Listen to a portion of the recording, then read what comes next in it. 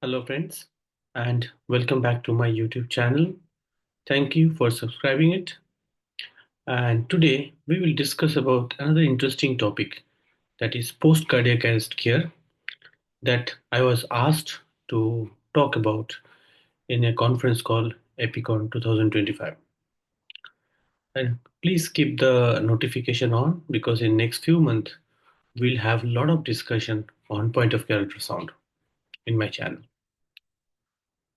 So, while we're discussing about post cardiac arrest care, we'll start with a clinical case. It's a 40 years old gentleman come to here with shortness of breath and suddenly become unresponsive, unconscious. On initial assessment, the emergency physician found no pulse, no blood pressure. ECG was showing a straight line. So it's a cardiac arrest. Now what? Should you give CPR to this patient? There is an idea in practice that if the patient has bought in a cardiac arrest situation in an emergency, the patient is already dead. Should we give CPR? But recommendation is you should give CPR unless the patient is in rigor mortis, because we are not aware that whether the cardiac arrest happened long ago or just immediately before entering into the ear. So if you are not sure about it, better to give CPR for 20 minutes and look for the return of spontaneous circulation.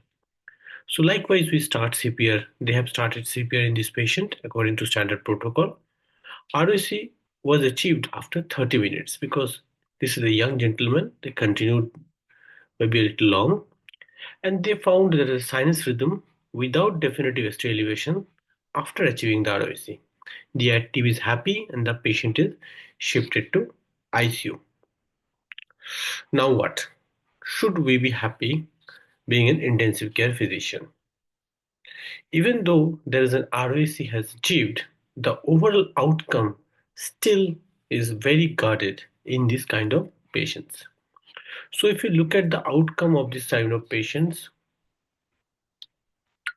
overall survival to hospital discharge in this type of cardiac arrest patient, for out of hospital cardiac arrest it is only 9%, and in hospital cardiac arrest it is 23%. That is nearly one fourth of those patients who have an in hospital cardiac arrest could have survived and gone out of the hospital. This is recent data 2020. So ROIC is not the target. It is the target, but it is not the only target. It is just the beginning of a comprehensive multi-system care for the survivors of a cardiac arrest. And as we are aware that majority of the cardiac arrest survivors remain unresponsive to begin with, so they probably indicate a significant brain injury. So after that, we have to be very focused and targeted to managing those organ dysfunction and to prevent them from further deterioration, which we usually called as a secondary injury.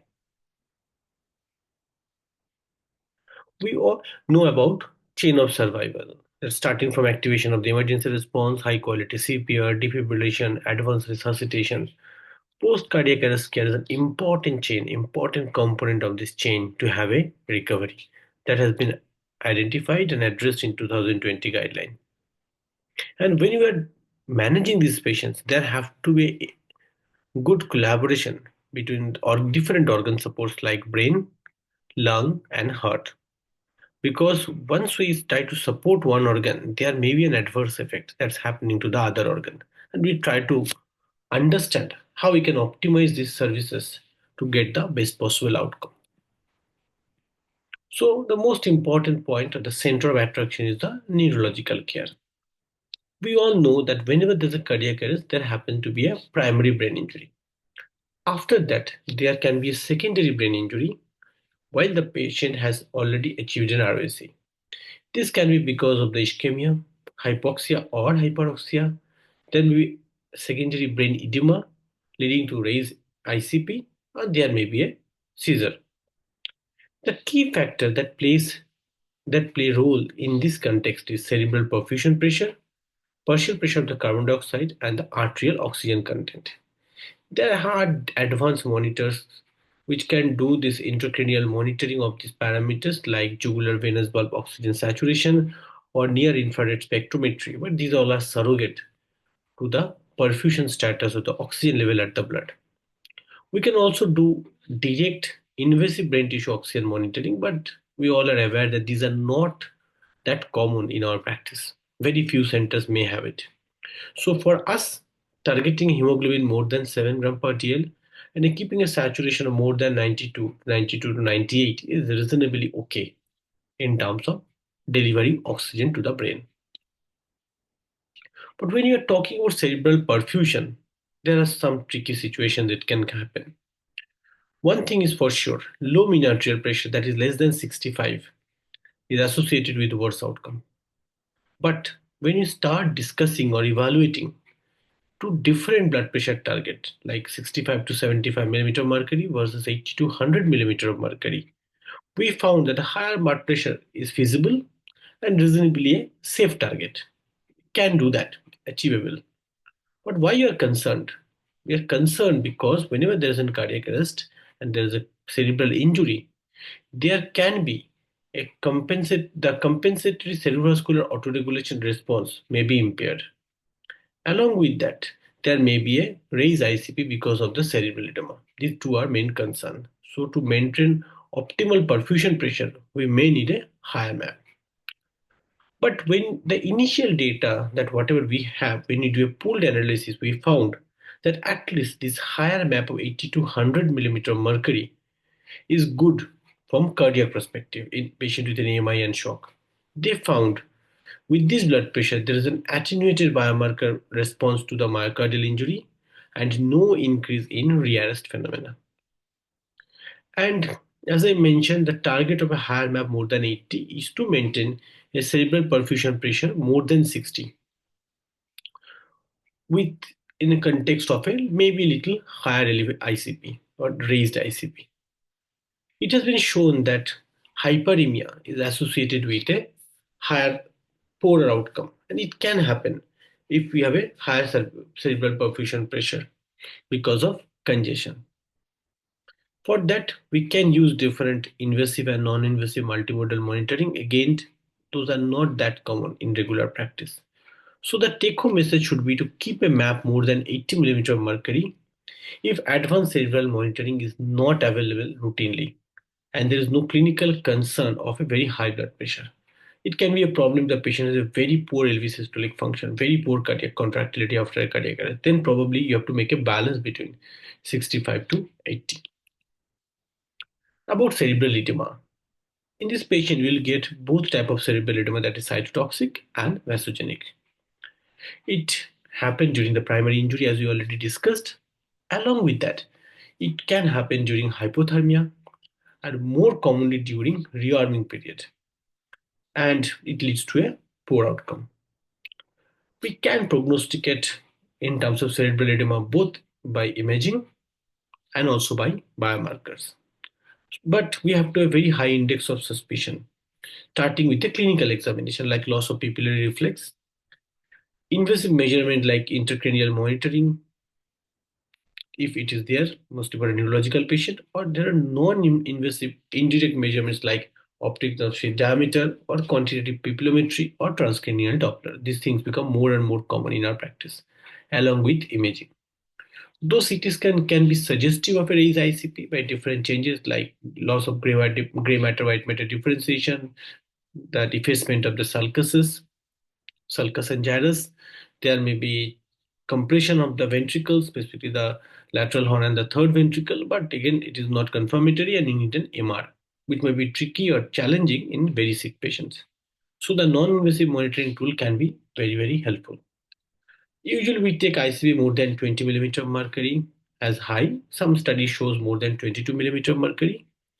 And in that situation, we have to use standard ICP lowering agents like mannitol or 3% NaCl, along with different non-pharmacological strategies like keep the head and up elevated, avoid any kind of neck compression on the neck, allow free passage of the veins from the head, avoid a raised intrathoracic pressure, intra-abdominal pressure, and those are standard practice. And in that situation, probably maintaining a map at or near the predicted optimal map by using pressure reactivity index can be helpful. So these are the different modalities which can try to measure cerebral autoregulation, like transcranial Doppler of the middle cerebral artery, infrared spectrometry, or ICP monitoring technique by pressure reactivity index. It's also need intracranial monitoring and try to correlate the changes of ICP with mean arterial pressure. Next challenge will be management of the seizure and IIC. Now, when you talk about seizure can be as high as 36% cases in patient with a cardiac arrest, irrespective of the temperature control. We know that we use hypothermia to protect the brain, but it has been shown even with an hypothermia or temperature control, seizure can be a significant concern. It can be generalized tonic-clonic seizure, focal convulsion, or myoclonic activity. It can be clinically silent and only diagnosed by EEG. Specific to the patient is receiving sedation and neuromuscular agents, which can mask the presence of sedation. And this is called non-convulsive status. Now, intra-ictum continuum, or IIC, it's a spectrum of abnormal periodic or rhythmic EEG pattern which do not meet the criteria or classical criteria of seizure or status, but they are not very safe and they can cause brain injury or brain dysfunction. It's a purely electrographic term that is not a diagnosis. And it may contribute, as I mentioned, to impaired sensorium or neuronal injury if not addressed. And some of the IIC patterns need to be treated with anti-seizure medication, but the outcome is little doubtful and the guidelines of the data in its favor is not very robust. So how we can pick up? Obviously by EEG monitoring, and it is obvious that continuous EEG monitoring has a high sensitivity, but the overall cost benefit ratio is doubtful in this context. And as I mentioned, some of the IIC electrological findings associated with poor prognosis. In that situation, we have to approach the whole context in a very stepwise manner, along with anticonvulsant management, and sometimes we need the anesthetic drugs also.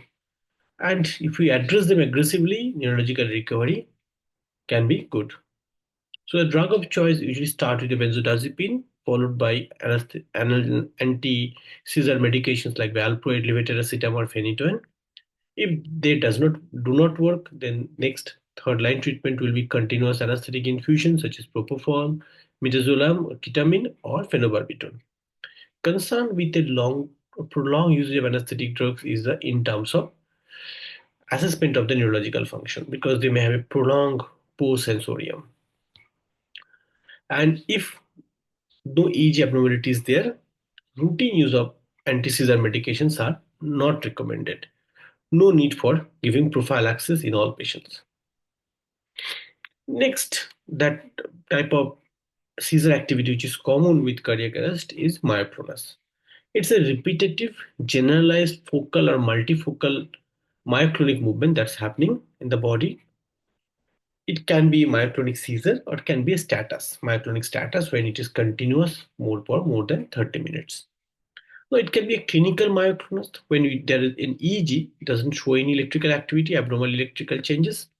It can be electroclinical myoclonus where along with myoclonic seizure, myoclonic jerks, myoclonic activity, there are abnormal electrical changes, or it can be associated with standard electrographic seizure or electrographic status epilepticus. In the first context, when there is a clinical myoclonus without EEG activity, anticonvulsants are not that helpful and may not be recommended. To identify the seizure, we may need advanced monitoring like intracranial EEG or advanced brain imaging like CT, MR, or PET. Already mentioned that IIC treatment need to be individualized and we need to treat them in selected patients with high risk pattern. For sedation and analgesia, it's very, very important immediately after the cardiac arrest. It provides comfort, prevent recall, and reduce the metabolic demands of shivering and other motor activity. It can suppress the seizure activity and periodic discharge in the brain. But there are unintended harm also, like hemodynamic instability. Neurological assessment can get delayed. and obviously that will delay the prognostication in these patients. Here, the choice of drugs can be very important, and there are studies which compare midazolam fentanyl-based therapy with a propofol fentanyl-based therapy, that is, from a longer-acting drug compared to a shorter-acting drugs. And it has shown that later regimen has associated with shorter duration of mechanical ventilation with variable effect on hemodynamics. Some studies show there is increased need for vasopressor. Some studies showed no significant change in vasopressor.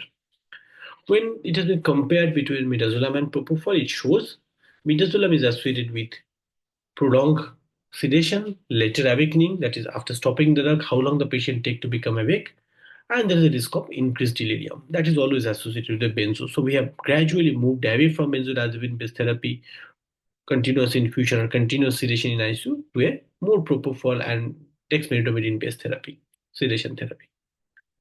For neuromuscular blocker, continuous neuromuscular blocker is recommended to begin with in the initial phase. It gives some benefit like less shivering, less anesthetic drug requirement, leading to faster awakening and shorter ICU stay. It was more important when you are practicing hypothermia or hypothermic temperature control. But it has shown that even without hypothermia, it is better to use in the initial phase. For hypothermic patient who are practicing hypothermia and pericardiac arrest, it showed without neuromuscular blocker, it increased mortality, maybe because of shivering and increased oxygen requirement. And I already mentioned that it decreased the dosage or requirement of sedatic analgesics, leading to early awakening. But disadvantage is that it can mask seizure activity. And as a result, that may be unnoticed till you do an EEG and find it out. There are other short-acting drugs tried to be explored along with neuromuscular drugs like isoflurane, which is a short-acting anesthetic sedative alternative, but it needs specific delivery technique like anaconda, and also there are concerns for uh, exposure of the drugs to the atmosphere, that is greenhouse effect. And now we are trying to also use other short-acting drugs like dexmedetomidine along with ketamine to get a better or early awakening and early prognostication. In terms of temperature control, we know that hypothermia is out. We used to have decrease the temperature initially to 30 degree or less than 30 degree, then it become 33, and now the recommendation after the TTM and TTM2 trial is that keep it around normal temperature, normothermia, and avoid fever. Avoid fever strongly because that will increase oxygen requirement and it has a poor neurological outcome. In terms of prognostication, the recommendation is to do an early risk assessment but not de-escalation. So what we'll do, we'll try to identify the risk factor and try to address them to have a better neurological outcome. But on the basis of that, de-escalation or early prognostication is not recommended. To get a better outcome, we try to evaluate the scope for coronary revascularization and mechanical circulatory support in case-to-case basis. And we try to delay the end of life decision for the later part, at least by 3 days, 72 hours. Because for most of the clinical assessment, radiological or other EEG assessments have a poor accuracy and they have shown to increase mortality. So early risk stratification is not intended as it not should not be used as a tool to triage or withdraw support. This is strongly recommended. And there are validity illness severity scores like standard patients to optimize the therapeutic intervention, not to de-escalate. That I'm repeatedly saying, don't de-escalate early without optimizing all the medical condition. Next important organ who needs support is the cardiac. So in post-cardiac arrest patients, the poor LV systolic function is very, very common. But it has shown not to correlate with survival or neurological outcome. As I mentioned, nearly 50 to 70% of the patients will have hypotension and shock, and they need serial echo to optimize hemodynamics in terms of volume status, in terms of vasopressor and inotropes. And majority of the patient, there is a combination of shocks, like cardiac shock may be associated with septic shock, hypovolemic shock in a hemorrhagic condition patient, maybe a pulmonary embolism, obstructive shock. We have to identify that. The contribution of poor LV systolic function can be evaluated by serum lactate and SCVO2, but there are a lot of other factors confounding factors are there that we need to be aware. While doing an echocardiography in this patient, we need to look for ventricular function, even cardiac output. Sorry, you have to evaluate fluid status and optimize them and try to identify the underlying cause of the cardiac arrest, evaluating the 5H and 5T. We need to optimize the pharmacological treatment of shock by choosing right vasopressor and inotropes. And in certain situations, we have to consider for mechanical circulatory support like intra-aortic balloon pump, percutaneous ventricular assist device, and extracorporeal membrane oxygenator. Strongest data or strongest interest has been shown with ECMO. Initial study, which was done in in-hospital cardiac arrest, which is called ARREST trial, done only in 30 participants with a shockable rhythm, showed profound mortality benefit. On the other hand, in a study on a larger group of population, sorry, on 256 out of hospital cardiac arrest patient in Prague with the refractory arrest failed to show any benefit, mostly because of a significant crossover between the groups. So you have to use them judiciously as a case-to-case basis. Now there are a lot of dilemma in terms of cardiac catheterization, specifically in a non-ST elevated MI. We know that if a patient have a cardiac arrest and have a ST elevated MI, recommendation is to do a angiography as early as possible. And studies have shown that we may identify acutely occluded coronary vessels nearly in 80% of the cases. And this is a standard recommendation by HA, irrespective of the neurological status, that if the patient has an unpredictable neurological recovery, even then you should go for an early angiography, coronary angiography. It shows to have a better short-term and long-term outcome. But studies have also shown that in overall, even with ST and non-ST elevated MI, early coronary angiography within 6 hours is safe and reasonably beneficial in non-randomized group of patients, even for NSTMI. And it has been evaluated in multiple studies after that, multiple RCTs.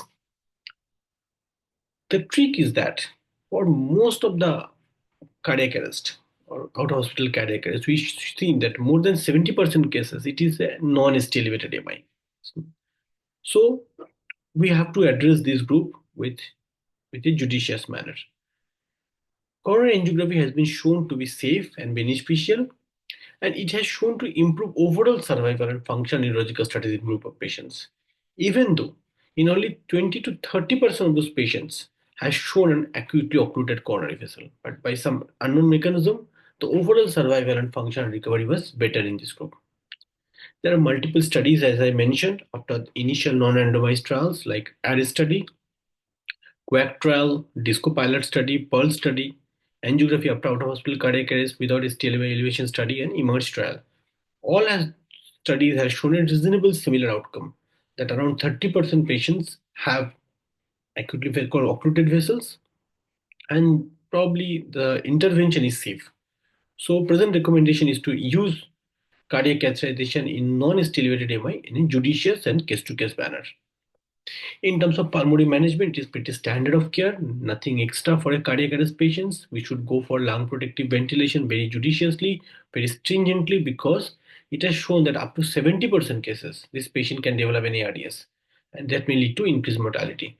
So standard practice like tidal volume 4 to 8 ml per kg of idle body weight, optimization of the PEEP in accordance with the airway pressure, and also please keep in mind about the raise ICP. Keep the plateau pressure below 30 and the driving pressure below 15. Low tidal volume ventilation in ICU has shown to have a better survival and better neurological outcome even in post-cardiac arrest patients. But that was been validated only in in-hospital cardiac arrest. Along with that, we should practice the other standard of care like head and elevation or other standard VAB bundle that we practice in our ICU. In terms of oxygenation target, you already discussed that more than 92 saturation should be sufficient. But here I'd like to emphasize about the risk of hyperoxemia. If the ischemic brain tissue has exposed to hyperoxemia, it leads to formation of reactive oxygen species and leads to post-ischemic oxygen injury, oxidative injury, and cellular death. So FiO2 titration is very important only if you have a reliable measure for oxygenation, either by SpO2 or SO2. Because in darker skin patients, there can be an occult hypoxemia and you may spuriously miss the ideal saturation or correct saturation. And we need to remember, though hyperoxia is harmful, but hypoxia is more harmful. Multiple studies has done to evaluate the outcome or effect of different SpO2 target, as I mentioned, starting from 92, 94, 96, 9800. No significant difference between direct neurological injury like neurospecific enrollees, death, hospital discharge with cerebral performance category, that is neurological recovery of 3 or 4 within 90 days. So 92 to 98 target saturation is fine. Only drawback is that most of these studies has the target PO2 gap was very less, very small, and they rarely achieved those targets in their clinical practice. So, but the take home message will be avoid hyperoxia. In terms of ventilation, there is a conflicting physiological rationale for PCO2, like it has certain effect on cerebral vasculature, hypercapnia leading to vasodilatation, can be venous congestion, hypocapnia can cause vasoconstriction and ischemia. So we have to make a balance between this. Along with that, there can be a complex interaction among ICP, CPP, PSCO2, and cerebral autoregulation. I already mentioned cerebral autoregulation can be compromised after a cardiac arrest. Some studies have shown that a higher cerebral oxygenation can be achieved in patients who are targeted with mild hypercapnia. But it is not clinically relevant, should not practice that. And there is no significant difference in terms of clinical outcome in different ICTs, RCTs, even after excluding raised ICP patients. So present recommendation is to target normal carbon dioxide 35 to 45 millimeter mercury after ROAC, but only if the pH is more than less than 7.2, not more than, less than 7.2, then may need to individualize. Severe metabolic acidosis may need to come down on PCO2 also to keep the pH more than 7.2. 7.2 is the cutoff for target. For hematological management, again standard practice, transfuse if the hemoglobin is less than 7. Higher transfusion threshold, that is, keep hemoglobin more than 9 if the patient has an acute coronary disease, refractory hypoxemia, and acute hemorrhage. But we need to remember mere value of hemoglobin is not enough. We need to individualize transfusion depending on the overall clinical context. These patients are very high risk for deep vein thrombosis, so try to initiate DVT prophylaxis within 48 hours. LMWH is a drug of choice. We may need to adjust dose of LMWH or may shift to deltaperin or heparin if the patient has a renal dysfunction. In desperate situation, we need to go for anti-10 activity monitoring. Digestive system, again, standard of care, start enteral nutrition early. If the patient is intolerant or shocked, at least give topic enteral feed to get the immunomodulating benefit. Start parenteral nutrition only if we are not able to give enteral nutrition by 5 to 7 days. Maybe a little early for malnourished patients. Standard care, proton pump inhibitor, H2 blocker as a stress ulcer prophylaxis when the patient is on ventilator. But recent studies are coming which suggest that no need for a PPI or a GI prophylaxis. We have already started enteral feed. So please keep it in mind. Try to cut down the usage of PPI because they can be an important risk factor for CT. For infectious disease management, empirical antibiotic we used to consider when we do therapeutic hypothermia, because studies have shown that hypothermia can increase the risk of pneumonia. But presently, it is not recommended routinely as an empirical antibiotic therapy.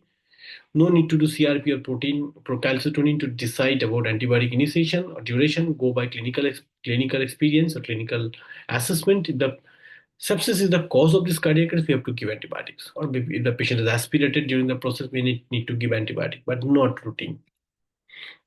In terms of endocrine support and fluid management, we need to optimize the volume status according to the cause of the arrest and the organ failure. Need to remember, just because this patient has a cardiac arrest or poor LV function, that doesn't mean this patient is in overload or need restricted fluid. Have to optimize it. The choice between normal saline and balanced salt solution have to be individualized depending on the risk for hyperchloremia or by cerebral edema. Now, presently we have better balanced salt solution like a Plasmalite or Cabilite with a usually have sodium around 145 with an isosmolar, so you can use them for cerebral edema also. Use sodium bicarb only if the pH is less than 7.2 and bicarb less than 20 in patient with an AKI, stage 2 or 3. Don't use it routinely. Consider RRT in a cardiac arrest patient with severe fluid shift, electrolyte disbalance, or acid-base balance. In cerebral edema, maybe a CRRT would be a better option. though we don't have very robust data in cardiac arrest situation. No routine empirical corticosteroid, not recommended. And treat hyperglycemia with a glucose target of 80 to 180. Now, this is an ACCHA guideline mentioning 81 to 180, but standard of practice is to keep it 150 to 180. Probably they have mentioned 81 because it has been shown that patient with a neurological injury in neuro ICU, keeping the sugar more tight sugar control shown a better neurological outcome in this patient. So that might maybe they have recommended for 80, but obviously the risk of hypoglycemia may be increased, and we need a very good nursing team to maintain that. In terms of general management, we know first tug beats, and we need a multidisciplinary approach involving all the specialties like pulmonologists, cardiologists, neurologists. We definitely need neurologists to understand the neuroprognostication and to interpret all the abnormal EG finding and MR finding to optimize your therapy. And important is to do an audit to identify that what is the cause of those cardiac arrest in your hospital, in your unit, to have a better outcome, or what are the gaps in the management of post cardiac arrest assessment. There are specialist units also who manage post cardiac arrest, and patient used to has been transferred to those units to get a better protocolized treatment. But on top of that, we have to do neuroprognostication at the end. Neurological assessment is very, very important, and you have to do it very frequently. And there is a recommendation for a comprehensive neurological assessment, along with that you can consider for quantitative papillometry. Why it is important? Because it can be done even when the patient is under sedation, analgesia, and paralysis to have a neurological outcome. And we need further diagnostic tests to be more easily available and validated. This is the standard protocol for detailed neurological assessment, starting with level of consciousness, pupillary size and response, eye movement, blink to thread, that is called Menis reflex, corneal reflex, motor, response to pain, cough, gag, oculovestibular and oculocephalic reflex, respiratory pattern, and vital signs.